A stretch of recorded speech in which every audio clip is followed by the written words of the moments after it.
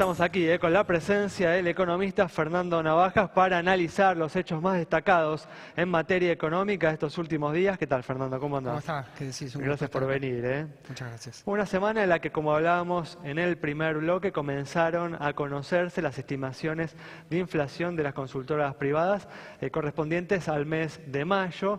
Y todas coincidieron en medir un aumento de los precios por encima del 3%. Como hablábamos en el primer bloque, esto se puede ver en forma positiva porque hubo una reducción importante en la inflación con respecto a abril, pero en forma negativa porque todavía sigue siendo un guarismo muy elevado, ¿no? Una inflación del 3% mensual. ¿Crees que el gobierno va a lograr esto que está prometiendo de continuar reduciendo la inflación en los próximos meses? Yo creo que como lucen los últimos datos de las últimas semanas de la inflación subyacente, es decir, es la inflación núcleo, la inflación que no mide los aumentos de tarifas, aquella que está vinculada con la formación de precios en supermercados o en líneas de productos de primer nivel, hay una tendencia descendente. Lo que nosotros encontramos a nivel de estudio de la inflación semanal es que los shocks estos no subyacentes, o sea, de tarifas, etcétera, contaminaron un poquito la inflación subyacente, pero no la contaminaron de modo tal de dejarla desvinculada de la influencia de la política monetaria que está por la vía de la tasa de interés y por la vía del efecto de la tasa de interés sobre el tipo de cambio, adormeciendo la inflación. Es decir que va a ir, lo que no sabemos muy bien es si va a haber un piso en eso, si se va a establecer, dado que todavía quedan aumentos por pendientes, ¿no? ¿Crees de todas formas que el enfoque que está aplicando el gobierno para combatir la inflación es adecuado? Yo creo que el enfoque que está aplicando el gobierno de mediano plazo probablemente sea más adecuado de lo que fue en el semestre pasado.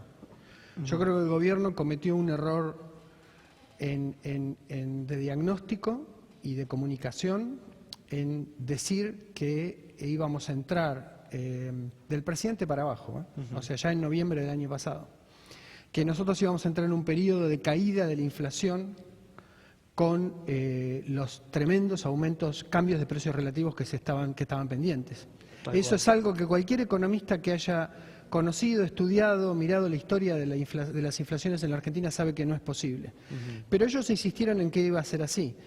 Y creo que eso lo llevó a cometer graves errores de manejo de los precios relativos. A mí me parece que el manejo del esquema de aumentos tarifarios fue una cosa mal hecha. ¿En qué sentido, Fernando?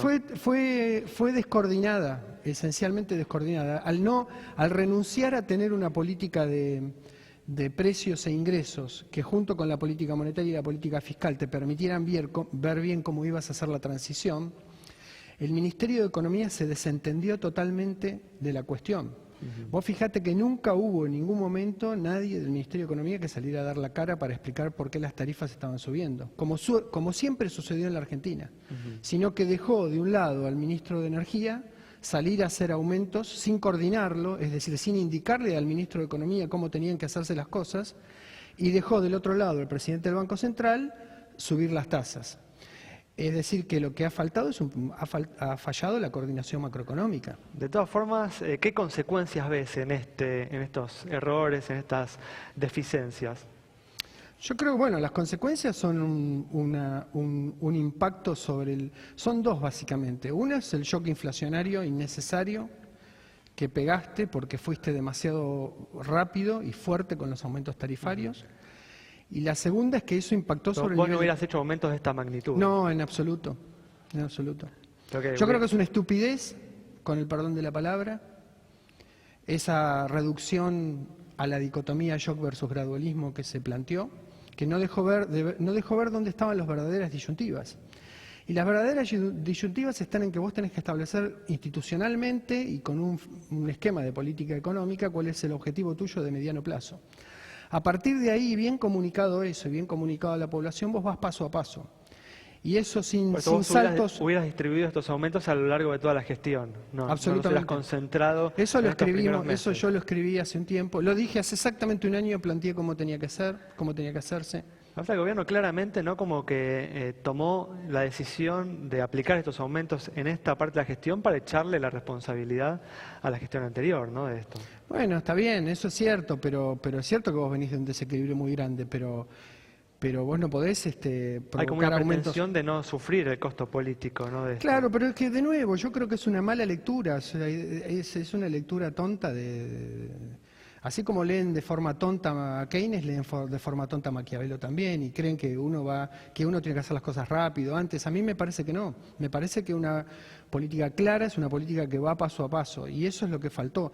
Eso te llevó a un shock de precios innecesario y te llevó a una recesión más fuerte de la que vos deberías haber pasado, porque transferirle 2 puntos del PBI, del bolsillo de los consumidores a los productores o al resto de la economía, es una cosa recesiva, es equivalente a un impuestazo. Es equivalente a un impuestazo. Entonces eso te mete la economía, y junto con eso vos ¿qué creaste? Creaste un problema más grave para el nivel de actividad, que es la sensación de que el cambio de modelo es un cambio que implica que los niveles altos de empleo y de consumo que vos vivías en el modelo anterior, te gusten o no, sostenibles o no, eso es otra cuestión, empiezan a cambiar hacia una reconfiguración que preocupa a la gente y que la lleva a tomar actitudes prudenciales en materia de consumo. De todas formas, también ahora hay como una promesa del gobierno de que las cosas van a comenzar a mejorar, ¿no? En este semestre, y que la economía va a crecer ya el año que viene. ¿Vos crees que va a ser así? Sí, yo creo que va a ser así. Creo que estás entrando en un ciclo. La esencia de lo que viene ahora es una cosa en donde estás explotando el ingreso de capitales y generando un anclaje violento del tipo de cambio con atraso cambiario.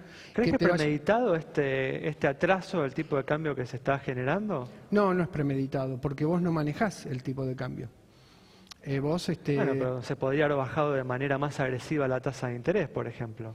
Sí, puede ser, pero eso te lleva a políticas que son zigzagueantes, y yo creo que es lo que vos querés evitar, tener que subir y bajar porque te hace poco creíble las subas y las bajas, pero también el Banco Central podría haber acumulado reservas, ¿no?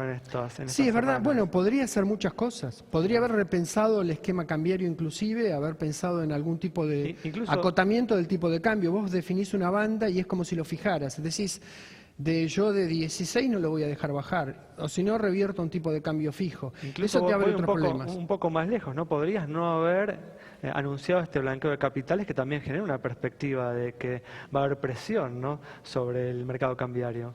Bueno, sí, lo que pasa es que el blanqueo vos lo necesitas para el objetivo de reactivar la economía, porque está claro que con el rebalanceo de la demanda agregada hacia inversiones no viene en tiempo y en forma como para suplantar la caída del consumo. Entonces vos necesitas hacerlo, y lo estás haciendo en una operación que te va a reactivar el consumo por la vía de las transferencias a gente con alta propensión a consumir, que son los jubilados. Claro.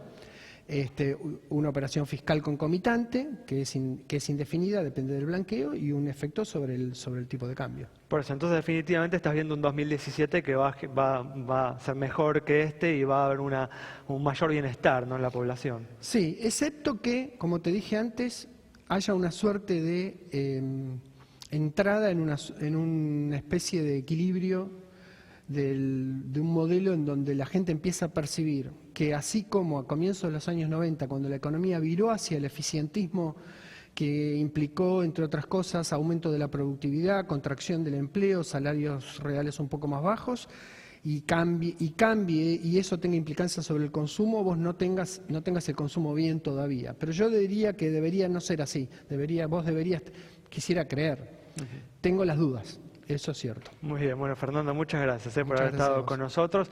Nos vamos entonces con el análisis de Fernando Navajas, con una expectativa, ¿no?, de mejora para estos próximos meses, si bien con algunas dudas a partir de algunos errores que se vienen cometiendo en la gestión de Mauricio Macri. Nos reencontramos el próximo viernes a las 20 horas aquí en Metro.